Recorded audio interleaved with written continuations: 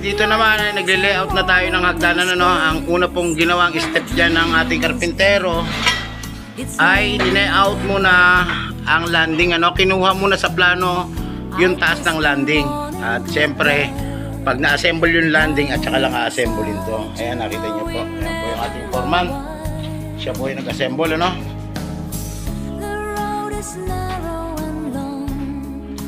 Tandaan nyo po, una ang landing at saka nyo na lang po i-divide yung pinaka-step nya, no.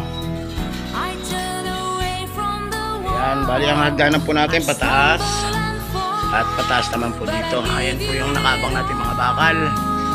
Yan po magtatama yan. Bali isla po dito, tapos dito po yung pinaka-hagdan nya.